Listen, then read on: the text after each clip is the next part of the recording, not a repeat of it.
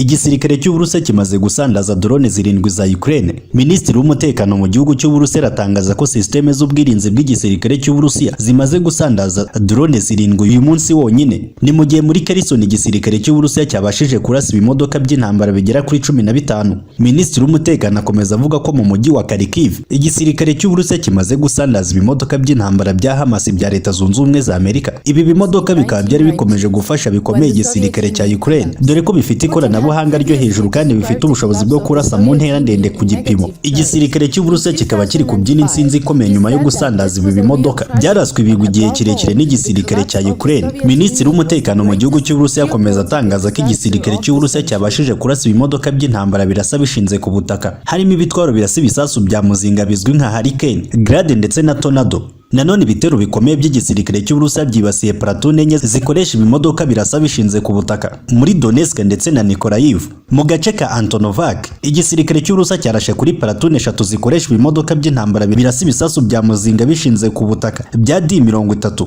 Ni mu gihe ku rundi ruhande igisirikare cy'Uburusiya kirwanira mu kirere cyarashe ku nzu zibanga 5. Izi zikaba zari zirimo intwaro zikomeza agombaga gufasha igisirikare cy'Uburusiya kurinda umujyi wa Kiyeve. Zikaba zaje gusandazwa n'indege ya Su-57 yoherejwe ku kibuga cy'imirwano na nyakubahwa Perezida Vladimir Putin ku giti cye. Ikaba ikomeje gukora akazi gakomeye dore ko imaze kurimbura ububiko bw'intwaro ndetse n'ubuvumo bucishwamo intwaro zinjira mu mujyi wa Kiyeve. Ibitero by'indege bikaba bikomeje gushegesha igisirikare cya Ukraine ndetse n'abacancuro ba NATO. Minisitiri w'umutekano mu gihugu cy'Uburusiya akomeza atangaza ko abakomando bari mu bikorwa bya gisirikare byihariye ku butaka bwa Ukraine bakomeje gukora akazi. Intsinzi ikaba ikomeje gutaha Moscow. Tariki 24 z'ukwa kabiri igisirikare cy'Uburusiya cyatangaje ibikorwa byihariye bya gisirikare ku butaka bwa Ukraine mu rwego rwo kubohora Donbass, agace gatuwemo n'abaturage bavuga ururimi rw'Ikirusiya. Nyuma y'uko leta ya Kiyeve ikomeje guhohotera abaturage, ibihugu by'uburengerazuba byahise bitangira kurunda intwaro ku bwinshi ku butaka bwa Ukraine. Zimwe muri izo ntwaro zafatiwe ku kibuga cy'imirwano zoherejwe mu gihugu cy'Uburusiya mu rwego rwo gukorerwaho ubushakashatsi. Zimwe mu ntwaro zikomeza uburengerazuba zafatiwe ku kibuga cy'imirwano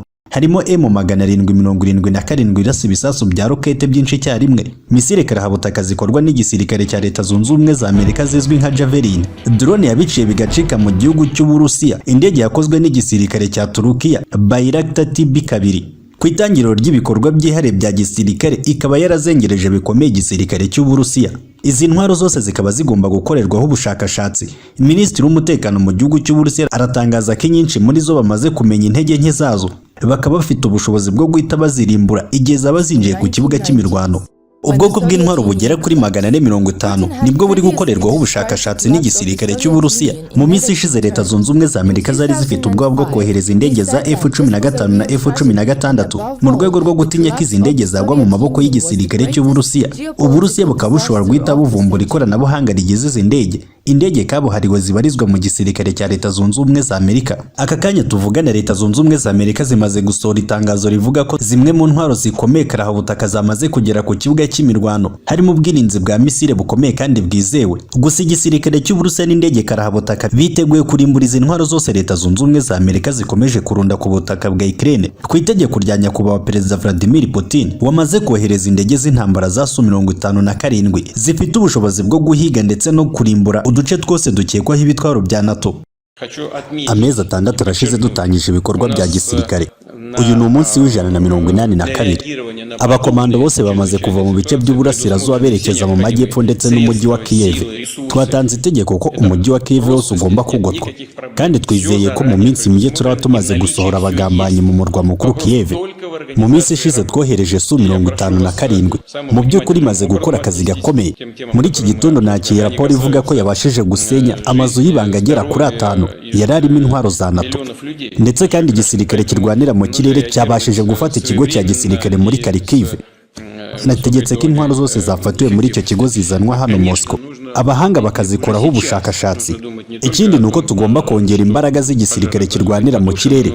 Numvishe ko uburengerazuba bwohereje indege z'intambara, harimo zimwe mu ndege zikomeye za F-15 na F-16. Tugomba kongera ubwirinzi bw'ikirere. Izi ntwaro zose tugomba kuzisenya mbere y'uko zinjira ku kibuga cy'imirwano.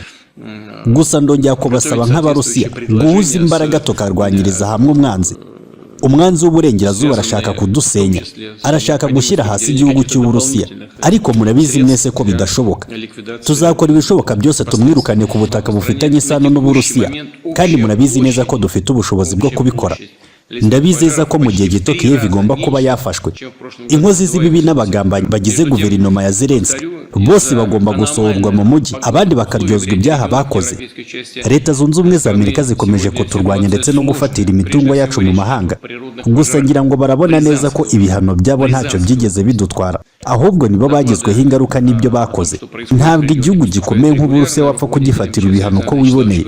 Ndabwira Abarusiya bose ko tugomba gutsinda intambara duhanganyemo n'ibihugu by'uburengerazuba, kandi intsinzi igomba gutaha Moscow. Minisitiri w'umutekano mu gihugu cy'Uburusiya aratangaza ko abakomando b'Uburusiya bakoze ibitero bikomeye ku bigo 12 by'igisirikare cya Ukraine. Igisirikare kirwanira mu kirere gikoresheje indege za MiG-35 cyakoze ibitero bya misile karahabutaka bisenya ibigo 12 byari birimo abakomando ba Ukraine. Biravuga ko ibi bigo byaguyemo umubare munini w'abakomando ba NATO batangaga imyitozo ku gisirikare cya Ukraine, ku bakomando bitegura koherezwa mu bice bitandukanye biri kuberamo imirwano ikomeye, gutoza abapilote batwara indege z'uburengerazuba ndetse no gukoresha intwaro ziva mu burengerazuba. Ibi bitero bikomeye byakozwe n'abakomando ba Perezida Vladimir Putin, byakorewe muri Donetsk ndetse na Zaporizhia. Minisitiri w'umutekano mu gihugu cy'Uburusiya akomeza atangaza ko igisirikare cy'Uburusiya cyakoze ibitero bigera mu 164 mu bice bitandukanye biri kuberamo imirwano. Igisirikare cy'Uburusiya kirwanira mu kirere kiratangaza ko kimaze gusenya ububiko bwa peteroli bugera muri 7. Ku rundi ruhande igisirikare cy'Uburusiya kirwanira mu kirere cyashenye inzu zibanga zari zibitsemo intwaro z'uburengerazuba. Inzira zica munsi y'ubutaka zinjiraga mu murwa mukuru Kiyeve zanyuzwagamo intwaro z'uburengerazuba zigera kuri 4 zarashwe n'igisirikare cy'Uburusiya gikoresheje indege ya Su-57, indege y'intambara. Indege y'impigi iherutswe koherezwa na Perezida Vladimir Putin ikaba yarashe kuri izi nzira zibanga ikoresheje misile karahabutaka za cruise. Igisirikare cy'Uburusiya cyashize imbaraga mu guhiga bukwari ibitwaro bya Leta Zunze Ubumwe za Amerika nyuma y'uko Pentagon yari imaze gusohora itangazo ryemeza ko Leta Zunze Ubumwe za Amerika zigiye kohereza intwaro nshya ku butaka bwa Ukraine. Ubutasi bukomeye bwa nyakubahwa Perezida Vladimir Putin bukaba bwavumbuye amayira yacaga munsi y'ubutaka yinjira mu murwa mukuru Kiyeve. Igisirikare cy'Uburusiya kirwanira mu kirere kikayarimbura gikoresheje misile za cruise. Indege y'impigi ya Su-57 yakoze akazi gakomeye ubwo yasenyaga inzira zigera kuri 4 zica munsi y'ubutaka ndetse n'amazu y'ibanga bikwamo intwaro za NATO. Minisitiri w'umutekano mu gihugu cy'Uburusiya aratangaza ko igisirikare cy'Uburusiya cyamaze kwirukana Burundi inkozi z'ibibi muri Nikolayiv. Abakomando b'Uburusiya bafatanyije n'abacecene bayobowe na General Kadyrov baratangaza ko bamaze kubohoza Nikolayiv, bakaba bamaze kwirukana Burundi inkozi z'ibibi z'uburengerazuba zifatanyije n'abasirikare ba Ukraine. Mu mirwano ikomeye y'igisirikare cy'Uburusiya cyashenye ikigo cya gisirikare cyari kirimo ibitwaro bya NATO ndetse n'umubare munini w'abakomando ba Ukraine. Iki kigo kikaba cyafashwe n'abakomando b'Uburusiya ndetse kigafatirwamo intwaro zikomeye za NATO. Izi ntwaro nazo zikaba zoherejwe mu gihugu cy'Uburusiya mu rwego rwo gukorerwaho ubushakashatsi. Igisirikare cy'Uburusiya kiratangaza ko cyashenye brigade ya 28 yabarizwa